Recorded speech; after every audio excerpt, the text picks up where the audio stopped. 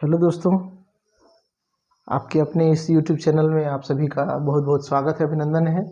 आज हम एक नया टॉपिक लेके आए हैं, molecular rearrangement in a cyclic system. तो यहाँ पे नाम से स्पष्ट है कि मॉलिक्यूलर मतलब मॉलिक्यूल में होगा, रीअरेंजमेंट मतलब कोई एक फंक्शनल ग्रुप या एरिल ग्रुप, एल्किल ग्रुप या कोई फंक्शनल ग्रुप का शिफ्टिंग एक जगह से दूसरे जगह, एक पोजीशन से दूसरे पोजीशन में इंटरचेंज होना, शिफ्टिंग होना, या कह सकते हो माइग्रेशन होना। ठीक है, क्या होना? माइग्रेशन होना, एक पोजीशन से दूसरे पोजीशन। जैसे यहाँ पे ए में क्या जुड़ा था, कोई ग्रुप जुड़ा हुआ था, अब क्या जुड़ा है? बी में जुड़ा है। तो यहाँ पे क्या हो गया? माइग्रेशन हो गया। तो इसको कहते हैं rearrangement in a cyclic system. A cyclic system मतलब कि जिसमें साइकिल ना हो। ठीक है, साइकिल ना हो, चेन सिस्टम। ठीक है, ये दो टाइप का होगा मॉलिक्यूलर रीअरेंजमेंट, इंट्रामोलिक्यूलर और इंटरमोलिक्यूलर। इंटरमोलिक्यूलर में क्या होगा? Between two molecule. जैसे कि यहाँ पे क्या होगा? ए बी है और क्या है? प्लस सी डी है, सी डी है। ठीक है, यहाँ पे अगर कोई ग्रुप जुड़ा है एक्स और यहाँ पे कोई ग्रुप जुड़ा है वाई, तो यहाँ पे क्या हो जाएगा? ए के साथ में वाई आ जाएगा, ठीक, और सी डी जो मिलेगा प्रोडक्ट वो क्या होगा? यहाँ पे एक्स के साथ में जुड़ा होगा। तो यहाँ दो मॉलिक्यूल के बीच में क्या होगा? इंटरचेंज होगा या माइग्रेशन होगा। तो उसको हम कहते हैं इंटरमोलिक्यूलर। ठीक है, ये क्या है? इंटरमोलिक्यूलर है और ये क्या है? इंट्रामोलिक्यूलर है। क्लियर हो गया? क्योंकि हमारा टॉपिक है rearrangement in a cyclic system. ये जो हम चैप्टर पढ़ रहे हैं वो कार्बोकेटाइन से रिलेटेड है। तो कार्बोकेटाइन इंटरमीडिएट को हम लेते हुए जो है आगे बढ़ेंगे। तो कार्बोकेटाइन इंटरमीडिएट का जो स्टेबिलिटी होता है, स्टेबिलिटी की जब हम बात करते हैं तो कार्बोकेटाइन इंटरमीडिएट में जो टर्सरी कार्बोकेटाइन होता है ज़्यादा स्टेबल होता है किससे? सेकेंडरी से। सेकेंडरी ज़्यादा स्टेबल होता है किससे? प्राइमरी से। प्राइमरी किससे स्टेबल होता है? मेथिल से। ठीक है, तो यहाँ पे हम कार्बोकेटाइन इंटरमीडिएट को लेते हुए कोई सा एक एग्जाम्पल देखेंगे, और उसका सबसे अच्छा एग्जाम्पल है पिनाकोलोन रीअरेंजमेंट। इसमें क्या होता है? एक डाइऑल लेते हैं हम। ये क्या है? एक डाइऑल है। ये क्या है? डाइऑल है। 2,3 डाइमेथिल 2,3 ब्यूटेन डाइऑल। यहाँ पे ये क्या है? 1 2 3 4 ऐसे हम नंबरिंग करते हैं जब इसका नोमेनक्लेचर करते हैं। तो 2 और 3 पोजीशन में क्या जुड़ा है? CH3 ग्रुप जुड़ा है, मतलब डाइमेथिल 2 मेथिल ग्रुप जुड़ा है। और 2 3 पोजीशन में ही क्या है? 2 OH ग्रुप जुड़ा है, तो डाइऑल हो गया। ठीक है, 2 3 डाइमेथिल 2 3 डाइऑल, इसी को हम क्या कहते हैं? पिनाकोल। ठीक है, पिनाकोल को जब हम 30% H2SO4 में रखते हैं, ठीक है, 30% H2SO4 में रखते हैं। H2SO4 क्या होता है? एक प्रोटॉन डोनेटिंग सबस्ट्रेट है ना, रिएजेंट है। और इसको जब हम हीट करते हैं तो क्या होता है? ये अपना रीअरेंज प्रोडक्ट देता है। क्या करता है? अपना रीअरेंज प्रोडक्ट देता है। अब प्रोडक्ट जो होता है वो क्या होता है? Methyl tertiary butyl ketone. ये क्या है? टर्सरी 1 2 3 CH3 ग्रुप जुड़ा हुआ है और 4 कार्बन है, तो क्या होगा? ब्यूटिल। और यहाँ पे कीटोन ग्रुप जुड़ा हुआ है, तो क्या होगा? वो कीटोन। ठीक है, methyl tertiary butyl ketone. Clear है? इसी को हम कहते हैं पिनाकोलोन। इसका नाम ही हो गया पिनाकोलोन रीअरेंजमेंट। अब हम देखते हैं कि इसका मैकेनिज्म क्या होगा। यहाँ पे कार्बोकेटाइन इंटरमीडिएट बन रहा है नहीं बन रहा है, वो हमको कहाँ समझ में आएगा? इसका मैकेनिज्म में। ठीक है, तब तक के लिए मैं इसको रब कर देता हूँ, उसके बाद जो है मैं आपको इसका मैकेनिज्म समझाता हूँ। क्लियर है? तो यहाँ पे मैकेनिज्म देखते हैं पिनाकोलोन रीअरेंजमेंट का। फर्स्ट स्टेप होता है प्रोटोनेशन ऑफ हाइड्रोक्सिल ग्रुप। ठीक है, सबसे पहले हम क्या करते हैं? प्रोटोनेशन करते हैं यहाँ पे हाइड्रोक्सिल ग्रुप का, चाहे इसका चाहे इसका। तो हमको जो प्रोडक्ट मिलता है वो क्या मिलता है? CH3 C CH3, ये तो कॉमन ही रहेगा। यहाँ भी क्या है? CH3 है, ये भी क्या हो जाएगा? CH3 होगा। यहाँ पे ले लेते हैं OH और यहाँ पे कर देते हैं OH2, क्योंकि प्रोटॉन यहाँ पे जो लोन पेयर इलेक्ट्रॉन था उस पर अटैक किया है, ठीक है। कहाँ पर अटैक किया है? लोन पेयर इलेक्ट्रॉन पे। तो यहाँ ऑक्सीजन में क्या हो जाएगा? पॉजिटिव चार्ज हो जाएगा। दूसरा जो स्टेप होता है ना, ये क्या हो गया? फर्स्ट स्टेप, ठीक। सेकेंड स्टेप में क्या होगा? Loss of H2O from to form carbocation. अब क्या होगा? ये क्या कर लेगा? इस बॉन्ड को लेकर, है ना, ये जो सिग्मा बॉन्ड है इसको लोन पेयर में कन्वर्ट करके क्या कर देगा? ये H2O जो है रिमूव हो जाएगा, मतलब माइनस H2O। यहाँ पे क्या बनेगा? एक कार्बोकेटायन बनेगा, CH3 C C CH3 CH3 CH3। यहाँ पे क्या बन गया? कार्बोकेटायन। अब ये जो कार्बोकेटायन है ये खुद क्या है? टर्सरी कार्बोकेटायन है ना। टर्सरी कार्बोकेटायन है मतलब ये स्टेबल है। अगर यहाँ शिफ्ट होता है तो भी क्या होगा? टर्सरी कार्बोकेटायन ही बनेगा।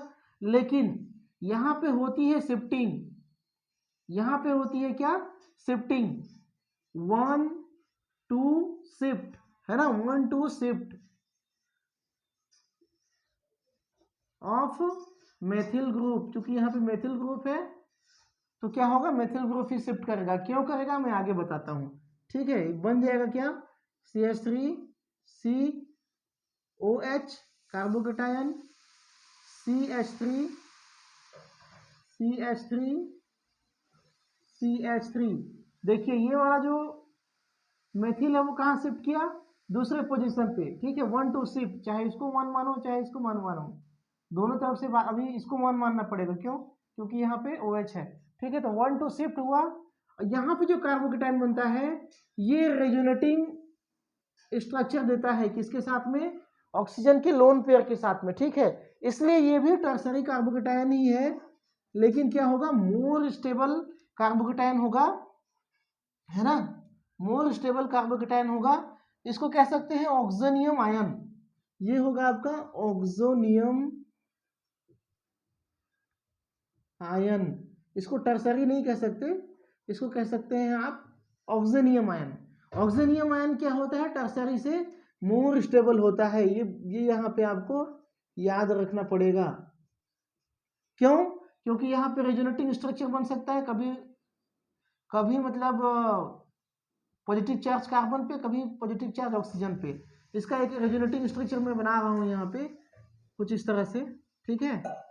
ये हो गया आपका CH3 C double bond OH C CH3 CH3 और ये हो गया आपका CH3। अब प्लस चार्ज यहाँ, ये दोनों क्या है? रेजोनेटिंग स्ट्रक्चर है। इसमें ये ऑसिलेट करते रहता है, यहाँ वहाँ जो है शिफ्ट होते रहता है। अब प्रोडक्ट जो मिलता है, अब हमको क्या कराना है? डीप्रोटोनेशन। हमको क्या कराना है?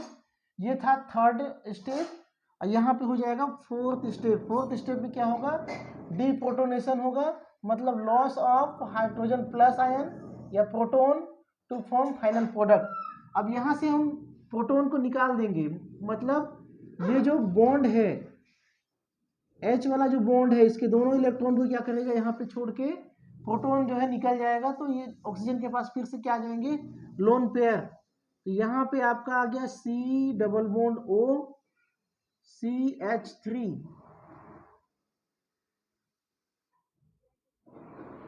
यही क्या होता है? पिनाकोलोन होता है। इस तरह से इसका मैकेनिज्म है। एक बार फिर से मैं रिपीट कर दे रहा हूं। फर्स्ट स्टेप में क्या होगा? प्रोटोनेशन होगा। ये प्रोटोन कौन दिया?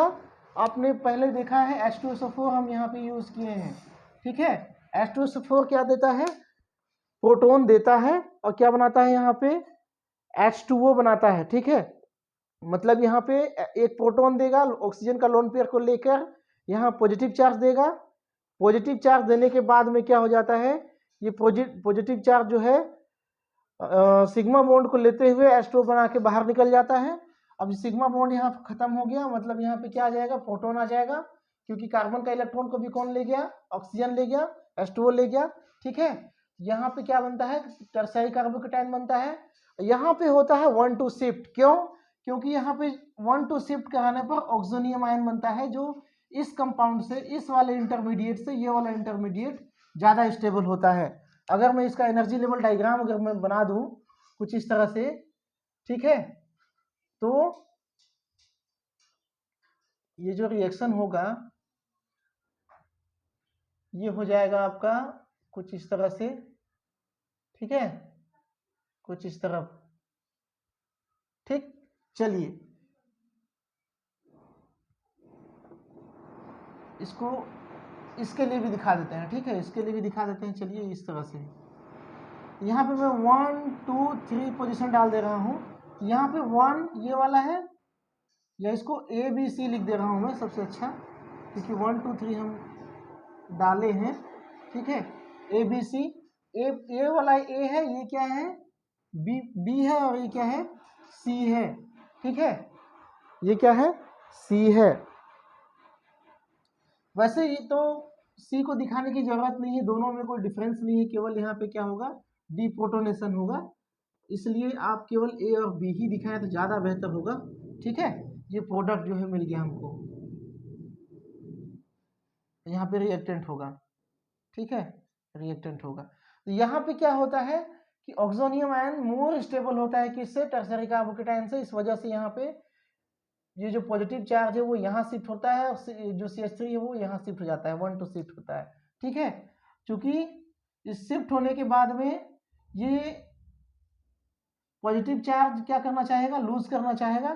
तो पॉजिटिव चार्ज किसको देगा, जो H2SO4 क्या बनाया था, HSO4 माइनस बनाया था और H प्लस बनाया था। H प्लस को तो हम यूज कर लिए थे, अब ये प्रोटॉन देना चाहता है तो वो कौन लेगा, HSO4 माइनस ले जाता है प्रोटॉन, ठीक है। यहाँ पे माइनस H प्लस कर दो आप, तो क्या बनेगा, पिनाकोलोन, ठीक है। यहाँ तक समझ में आया। ये था मॉलिक्यूलर रीअरेंजमेंट इन एसाइक्लिक सिस्टम। और सबसे अहम चीज यहाँ पे इंटरमीडिएट क्या बन रहा था, कार्बोकेटायन बन रहा था। क्लियर हो गया। अब इसके आगे हम लेके आएंगे cyclic system, monocyclic, bicyclic system, जो आपके सिलेबस में दिया हुआ है, ठीक है, वो भी लेके आएंगे। अब यहाँ पे आप इसको चेंज कर सकते हो, CH3 की जगह पे अगर आप फेनिल ग्रुप लगा दो, ठीक है, तो यहाँ पे क्या हो जाएगा, पीएच हो जाएगा। एक फेनिल ग्रुप चेंज करोगे सभी जगह आप क्या कर दो, पीएच कर दो, पीएच का शिफ्ट होगा, यहाँ पीएच हो जाएगा, यहाँ पे पीएच हो जाएगा।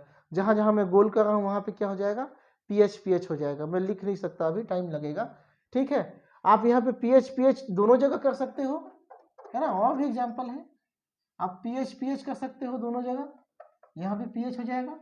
बस आपको चेंज करते जाना है, ठीक है। प्रोडक्ट आपको सेम मिलेगा जैसा मिलना है, ठीक है, क्लियर है। तो ये इस तरह का रीअरेंजमेंट होता है। तो वीडियो आपको पसंद आया होगा तो एक थंब मारिए, है ना, लाइक कीजिए, और चैनल को सब्सक्राइब कीजिए और दोस्तों के साथ शेयर कीजिए। ये जो पिनाकोल रीअरेंजमेंट है बीएससी सेकेंड ईयर में भी है ना, और एमएससी में आपको ये तो बताना ही है कि आप एसाइक्लिक सिस्टम में मॉलिक्यूलर रीअरेंजमेंट कैसे करते हैं। तो इसका नोट्स जो है मैं टेलीग्राम ग्रुप में दे दूंगा। टेलीग्राम ग्रुप का नाम है केमिस्ट्री रूफ अल्ट्रा, बिना स्पेस के लिखिए उसको, केमिस्ट्री रूफ अल्ट्रा, ठीक है। जो टेलीग्राम है चैनल, इसमें आपको नोट्स मिल जाएंगे, ठीक है। वो भी बिल्कुल फ्री, क्योंकि मैं देखता हूँ नोट्स अवेलेबल कराते हैं पर पैसे लेके कराते हैं, कि आपके लिए बिल्कुल फ्री है। चैनल में बने रहने के लिए बहुत बहुत धन्यवाद। आप सभी का दिन शुभ हो।